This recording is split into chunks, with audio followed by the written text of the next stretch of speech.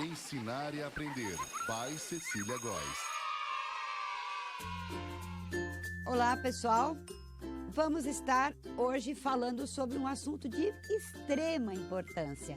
Para você, professor, para você, pai, para você, mãe, para você, vovô e vovó, para todas as pessoas que lidam e estão próximo das crianças que sentem dificuldade de aprendizagem na escola, ao fazer suas lições, apresentam sempre aquela dificuldade. E então, o que é, afinal de contas, essa dificuldade de aprendizagem e o que é que nós podemos fazer para ajudar essas crianças? No final do nosso programa, nós vamos falar sobre um evento específico que eu vou fazer no dia 23, agora deste mês, mas disso eu conto para vocês no final. Nesse momento, é importante nós entendermos que ensinar não é transferir conhecimento, como vocês estão vendo aí naquela frase importante do Paulo Freire, não é? Então, a coisa mais importante que existe é compreender de que se trata essas dificuldades de aprendizagem. Vejamos o seguinte, a aprendizagem é um processo, e é um processo complexo, de certa forma, porque ela envolve uma série de mecanismos cerebrais e também depende de vários aspectos, por ser algo complexo, não é? Então, vai exigir realmente que várias áreas cognitivas estejam sendo organizadas, estejam devidamente preservadas e sendo também estimuladas de forma correta. Essa é uma questão importante. Essas áreas cognitivas têm que estar sendo estimuladas de forma correta para que a aprendizagem ocorra de modo efetivo. Vamos lá entender mais ou menos isso. Nós temos 2 hemisférios cerebrais. Então, há uma área nossa que vamos simplificar para não entrar no mérito da neurociência, mas, sem sair dela, nós temos uma parte que é cognitiva, ou seja, a parte da aprendizagem, mas nós temos uma parte emocional também. Ambas têm que estar em sintonia e em equilíbrio.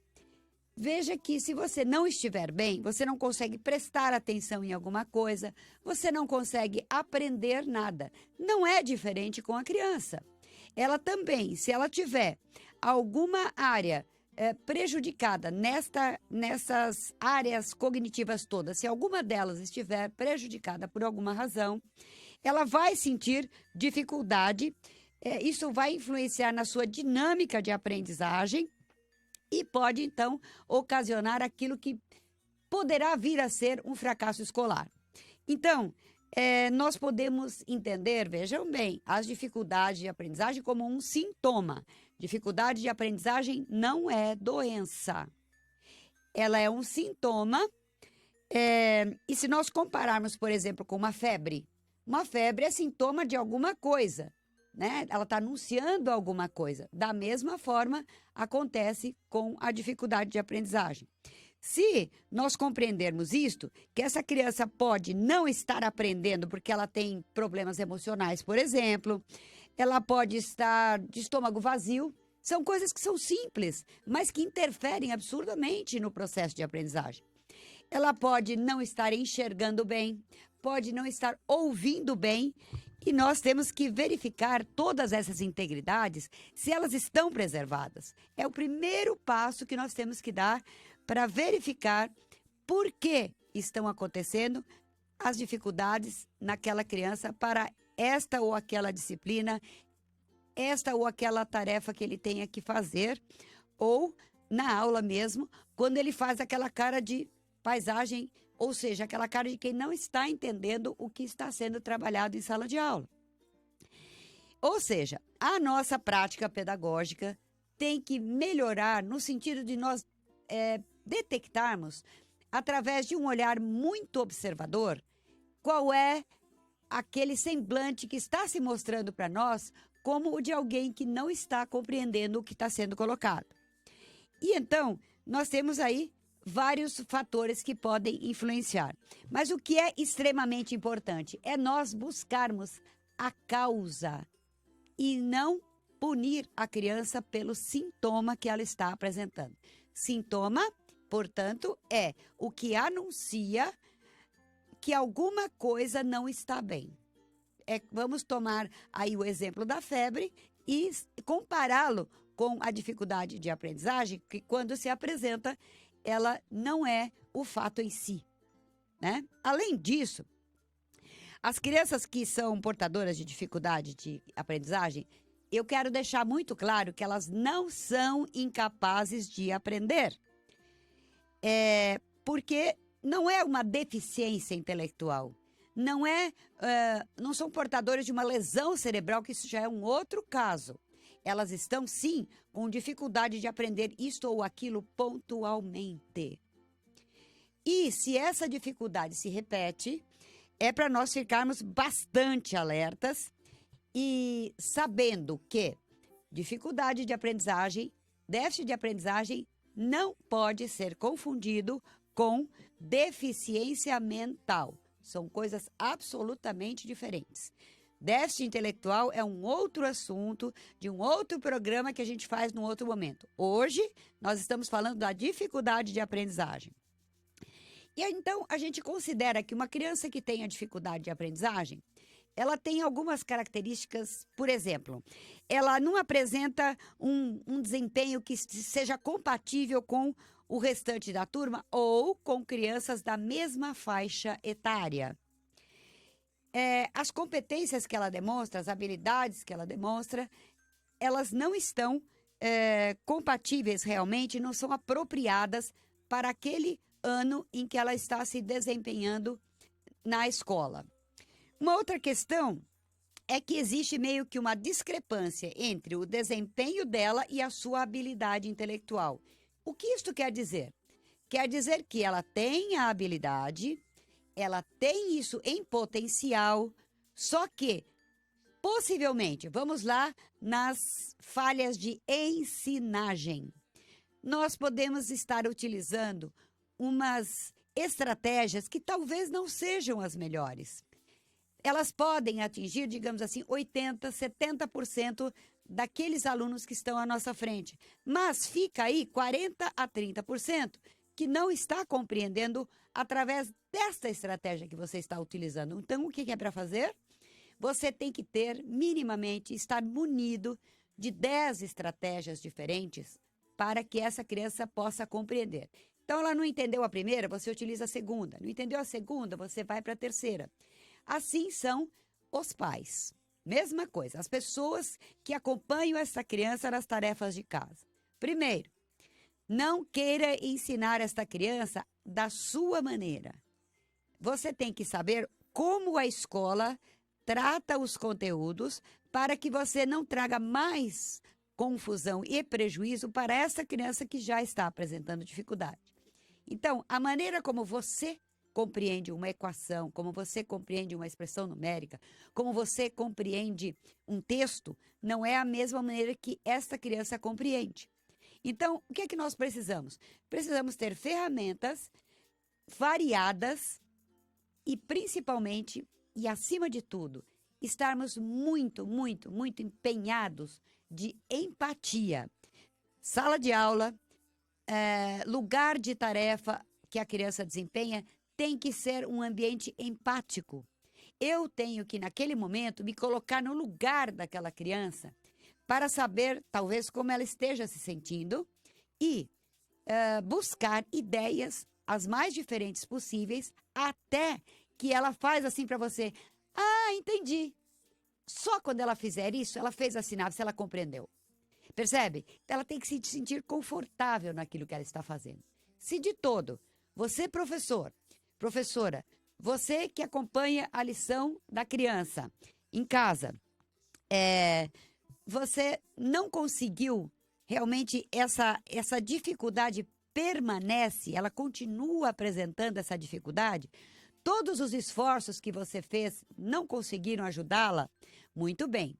Está na hora de você procurar um profissional especializado, notadamente, provavelmente um profissional da psicopedagogia ou um neuroeducador, que vai, então, trabalhar com essa dificuldade da criança para que ela possa voltar a acompanhar a turma. Que na medida em que ela sente a dificuldade, ela se distancia do caminho que a turma está fazendo. Qual é o trabalho desse profissional? É trazer com essas ferramentas novamente a criança para a trajetória que o grupo está fazendo. Ainda que ela realize essas tarefas ou que ela participe das aulas à sua maneira, ela continua não sendo alguém nem doente, nem incapaz de aprender. Só que a maneira como ela aprende é diferenciada e requer outras estratégias. Caso nós não façamos as coisas dessa forma, essa criança vai se sentir discriminada, estigmatizada e essa inclusão que todo mundo fala, como é que fica? Não é? Incluir não significa colocar a criança numa sala de aula fazendo qualquer atividade sem que ela esteja realmente progredindo, evoluindo, aprendendo com e apesar das dificuldades que ela está apresentando. Então, mudança de estratégias, ter maior número delas, você estar munido de várias formas de analogia. Aprender por analogia é uma coisa que faz com que a criança realmente não esqueça mais. Buscar os centros de interesse que essa criança apresenta e trabalhar as estratégias com estes centros de interesse. Por exemplo, se a criança gosta de Minecraft, você, adulto, vai aprender como é que lida com Minecraft e vai utilizar a ferramenta Minecraft para que ele possa, através do jogo, com as analogias, compreender melhor aquele conteúdo. Existem inúmeros materiais ou jogos que nós podemos nos utilizar para que a criança consiga compreender aquele conteúdo. Um outro recurso muito bom é o recurso da contação de histórias. Você pode, por intermédio de histórias que você conta, fazer paralelos e a criança vai percebendo, no exemplo da história que você está contando, ela entra na história, incorpora o personagem, e aí você diz lá na história que o personagem teve uma solução. Que tal a gente fazer como fez tal personagem dessa história que a gente acabou de conversar? Isso já cria um ambiente empático, mais descontraído, para essa criança que está sentindo essa dificuldade e talvez ela tenha sido colocada de lado às vezes, nunca estando se sentindo plena para alcançar o que os outros estão alcançando. Uma outra coisa que não deve ser feita jamais, nem no ambiente escolar, nem no ambiente familiar, é uma coisa que se chama comparação. Ah, mas o meu filho mais velho não tem. Não interessa. Cada indivíduo é único, singular, tal como as impressões digitais. Não existe ninguém com a capacidade cognitiva idêntica, mesmo em gêmeos univitelíneos. A forma de apreensão e leitura de mundo, ela é única, ela é particular nossa. Ninguém sente as coisas como eu ou você sentem. Bate em cada um de nós as impressões do mundo de maneira especialmente particular, porque depende de 3 fatores muito importantes. Que fatores são esses? Primeiro, são os fatores neurobiológicos. Ninguém tem o DNA igual ao outro, somente se você tem a mesma raiz genética. Por isso se faz exames de DNA. Então, se há algum comprometimento neurobiológico, essa criança vai ter uma particularidade que não é igual à das outras, porque a raiz neurobiológica dela é dela, única, né? Pertence àquela genética. E a genética dos outros não é igual à dele. Isso é uma primeira questão. Segundo, as condições e fatores psicoemocionais. O ambiente que cada um vive também é único e não igual. Portanto, nós temos lares, não é? Ambientes familiares absolutamente diferentes. Não tem certo nem errado, tem diferença. Você pode morar colado com alguém, Aqui se passa a vida de uma maneira e aqui se passa a vida de uma outra maneira. Não é igual, não é? É impossível que as pessoas ajam, pensem, sintam, detectem e leiam o mundo de uma única maneira, de forma alguma. Isso não existe. Então, dentro das condições psicoemocionais, dentro de cada um existem sentimentos, sensações, captadas pelos estímulos do mundo, não é? E que refletem dentro de cada um de nós de maneiras extremamente diferenciadas. Então, vai aí um exemplo. Se a criança tomou um castigo severo naquele dia de manhã e ela estuda no período da tarde, ela se desentendeu com alguém no ambiente familiar, ela vai para a escola, será que o cognitivo dela vai funcionar tranquilamente se ela está sob efeito, eu não diria um trauma, mas eu diria, ela está sob um efeito não muito positivo emocionalmente. Se ela, por exemplo, perdeu um animal de estimação no dia anterior, no dia seguinte à aula, tem uma avaliação. Será que essa criança vai bem nessa avaliação? Ela está com dificuldade de aprendizagem ou ela está com um bloqueio emocional que está prejudicando essa aprendizagem? Provavelmente é a segunda instância e não a primeira. Por quê? Porque ela está com o seu emocional absolutamente comprometido com o fato que lhe tocou demais. Ela é uma criança que era apegada a esse animal e, de repente, ela perde o animal de estimação. E isso faz com que o emocional seja maximizado e o cognitivo minimizado. Então, um cognitivo minimizado, obviamente, não vai ter o mesmo desempenho do que quando ele estiver mais com essa dor mais minimizada, quando o tempo tiver passado, isso tiver suavizado, ela vai responder melhor cognitivamente. Pensem, isso de novo a empatia aqui presente. Pensem em vocês. Assim que vocês tiverem uma perda ou tiveram uma discussão no trabalho, você fica momentaneamente em estado de estresse, não é? E você então não rende no seu trabalho. Não é diferente com a criança, não é diferente. Ela também tem sentimentos, ela também deve e precisa ter vez e voz. Isso é extremamente importante. Ah, ela é criança, não dá palpite. Não é bem assim. Não é bem assim. Ela é um indivíduo, sim, que tem seus deveres, mas ela também tem os seus direitos. Desde que ela tenha um bom processo de rotina, ou seja, um dia organizado, um lugar organizado para fazer suas tarefas, que o material dela, ela aprenda a se responsabilizar por ele, sendo ele devidamente organizado, tudo isso vai concorrer para um processo de aprendizagem que é complexo, flua melhor. Ele fluirá melhor. Tanto mais quanto esteja tudo organizado à sua volta, tanto no ambiente quanto nos seus pertences pessoais. Então, em geral, na escola, nós procuramos, como professores, organizar o ambiente de sala de aula. Mas mais do que isso, lembremos-nos que diariamente nós temos que promover um ambiente empático para receber esta criança. Empatia significa, como nós sabemos, colocarmos-nos no lugar do outro. Então, antes que eu me dirija a esta criança, criticando ou ficando com falta de paciência, desculpem dizer, mas isso acontece muito no ambiente familiar, principalmente, quando a criança repetidamente apresenta dificuldade, as pessoas costumam perder a paciência. E é tudo que ela não precisa. O que ela precisa é ser compreendida, acolhida e ajudada. Se você não tiver ferramentas, instrumentos para fazer isto, pede ajuda.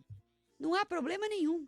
Ninguém é obrigado a ter todas as competências do mundo. Então, eu acho que cada um, naquilo que faz, né, será competente. Portanto, se as questões com essas dificuldades chegarem em um ponto que você não dá conta, você, professor, ou você, alguém da família que acompanha esta criança nas suas tarefas, nos seus afazeres, porque às vezes a dificuldade de aprendizagem se estende para algumas atitudes no ambiente familiar, no ambiente de casa. Então, ela não consegue fazer algumas coisas em relação aos conteúdos da escola, mas também existem algumas coisas que ela não consegue desempenhar no cotidiano. E tudo deverá estar atrelado desde que nós consigamos detectar a causa. Quando a gente detecta a causa, eu não estou falando de receber laudo de neurologista, eu não estou falando isso. Eu estou falando de você encaminhar, acompanhar com muito carinho esta criança para um especialista em aprendizagem, que é o psicopedagogo, o neuroeducador, que poderá realmente detectar esta causa. Se houver algum outro comprometimento que exija, por exemplo, uma consulta médica, uma avaliação de um neuropediatra ou de um ebiatra, no caso do adolescente, sem problema, este profissional vai te orientar. Mas antes de submeter esta criança, que já está se sentindo fragilizada, a uma consulta de um médico que ela não conhece, que vai avaliá-la durante uma consulta, enquanto que você, professor, está o semestre todo, o ano todo com essa criança, e passaram-se, vamos supor, 6 meses do ano, como já se passaram, estamos entrando agora no segundo semestre, você notou que essa dificuldade dessa criança vem se repetindo. Não vamos deixar para acudir última hora essa criança próximo das avaliações finais, né? Vamos, desde já, agir preventivamente, que esta fala que eu estou colocando aqui sirva para o próximo ano. Dá para nós detectarmos essa dificuldade dessa criança, essa carinha de não estou entendendo o que você está dizendo, que às vezes é colocado através do olhar angustiado desta criança, deste adolescente, e muitas vezes até do adulto, em situação de trabalho. Vamos verificar por que isso está acontecendo. Então, eu tenho que observar também fatores socioculturais. E isto demanda que nós, professores, conheçamos as nossas crianças. Eu preciso saber o perfil das crianças com as quais eu vou lidar, dos alunos com os quais eu vou lidar, não importa qual seja a faixa de idade. Seja você professor de Funde 1, Funde 2, ensino médio, universidade, pós-graduação, não importa.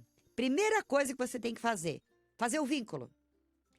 Fazer o toque com o olhar, acolher, demonstrar empatia, abrir para o diálogo, conquistar a confiança. Isso é para começar. A partir daí, você liga o seu sensor, o seu radar de observação e começa a anotar quais as crianças que rapidamente respondem àquilo que você está propondo e quais as que começam a demorar um pouquinho. Por exemplo, aquela criança que quando você pergunta, me diga uma palavra de sílaba, ela repete assim, de sílaba. Fez esse olharzinho, você já fala, peraí, já vou prestar atenção. Não quer dizer que ela é incapaz, que ela tenha... Não, talvez ela esteja momentaneamente com a atenção voltada para alguma outra coisa. Ela não pegou rapidamente o que você falou, mas em geral, quem repete a pergunta está querendo ganhar tempo para responder. E ela está querendo ganhar tempo para ver se ela encontra a resposta dentro dos componentes dos seus processos cognitivos, que são compostos pela atenção, memória, linguagem, percepção e inteligência. Inteligência no sentido da intelectualidade mesmo, né? Nenhum dessas habilidades nasce com o indivíduo assim já funcionando. Não. Elas vão sendo potencializadas, enriquecidas na conexão com o ambiente externo. Então, é preciso que o quê? Que a devolutiva do ambiente externo seja positivamente eficaz para que ele seja devidamente estimulado. Percebe isso? Então, a gente não está falando nenhuma novidade, eu sei disso. Ocorre que nós precisamos lembrar disso constantemente. Então, se eu conheço, falando agora desse terceiro e último fator, se eu conheço os meus alunos, se eu sei o perfil desses alunos, eu saberei que com este, com aquele, com o outro, eu tenho que chamar depois para conversar um pouquinho. Eu notei o olhar triste deste aqui. Eu notei que o outro está com os olhinhos vermelhos de chorar. Eu notei que o outro está completamente voando. Ele está viajando enquanto eu estou falando. Tem uma razão para isso.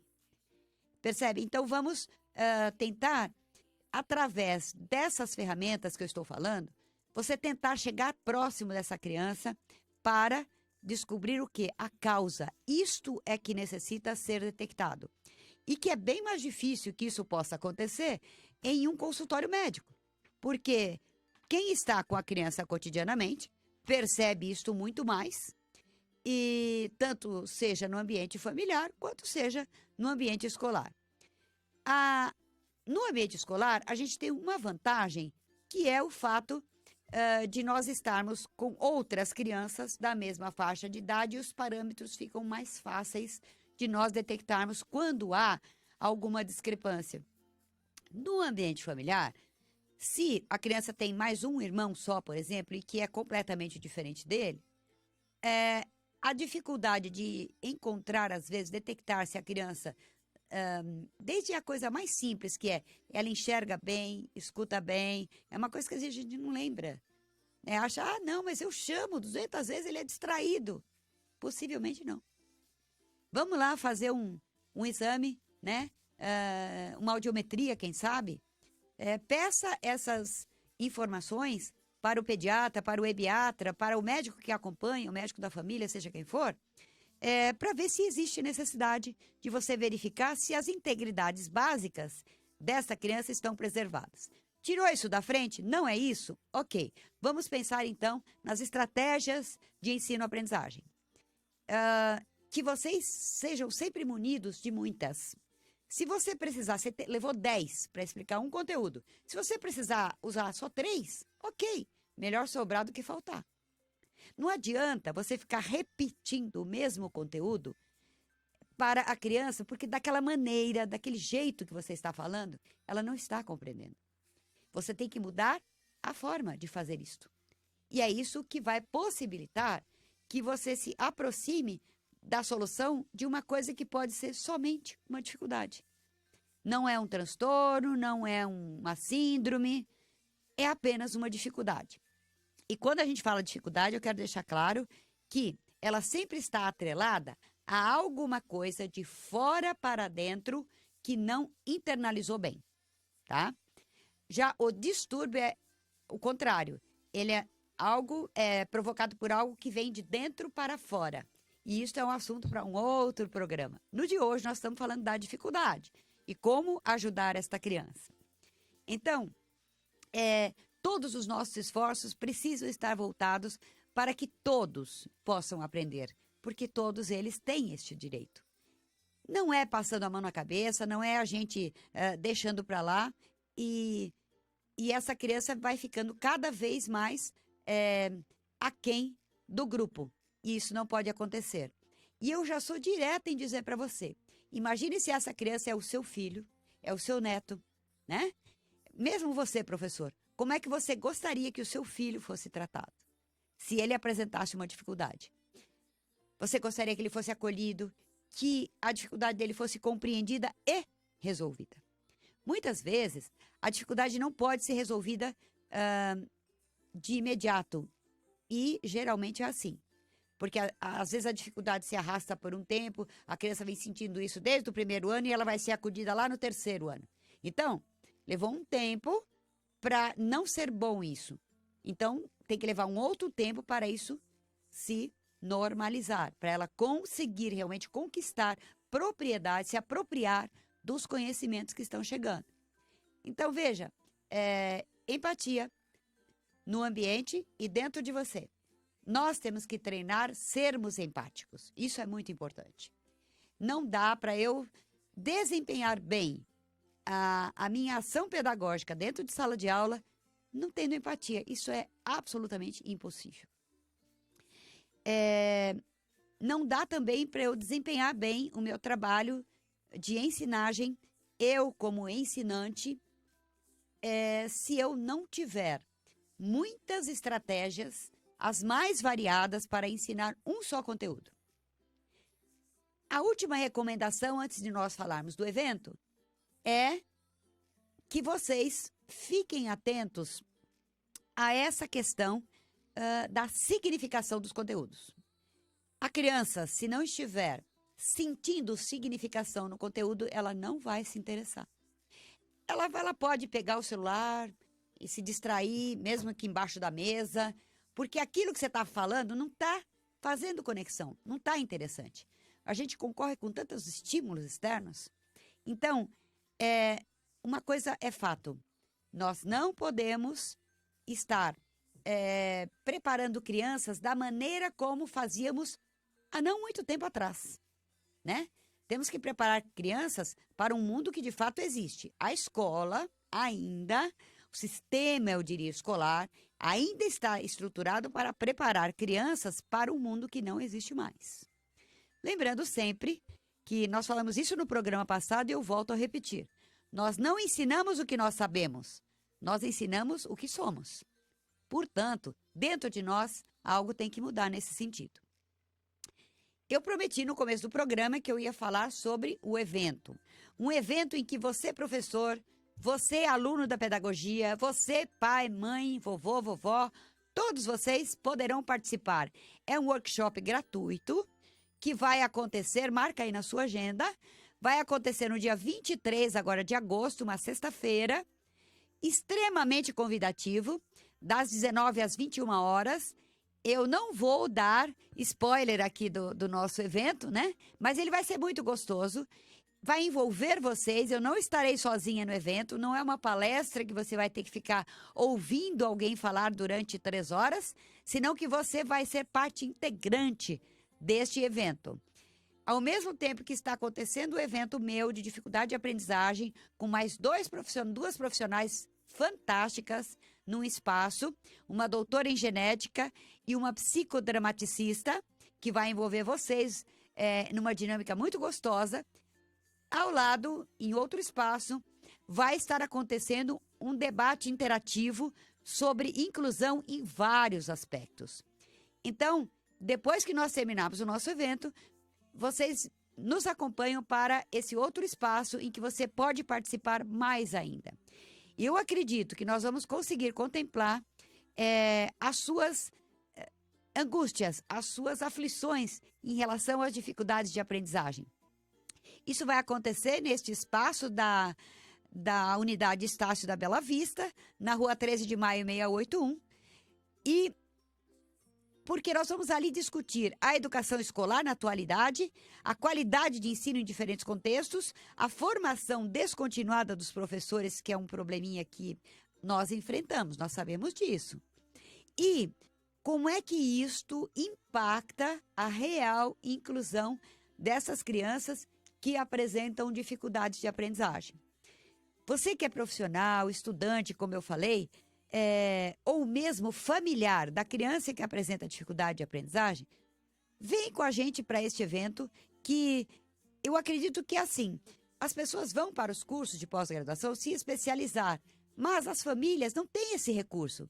Então, o curso que a gente vai apresentar para vocês neste evento vai demonstrar que qualquer pessoa que tenha contato com crianças com dificuldade ou que queira auxiliar outras, não precisa ser um educador necessariamente, pode fazer o nosso curso de dificuldade de aprendizagem e ali você será instrumentalizado a lidar melhor com essas questões. O link da inscrição vai estar na descrição aqui do programa, tá certo? Então, eu espero vocês no próximo programa, que é antes do nosso evento. Nosso evento é dia 23 e o nosso programa está sendo numa data anterior, ok? Então, tenham todos um excelente final de semana e espero vocês no próximo programa e lá no evento. Façam as suas inscrições no link que aparece aqui no nosso vídeo.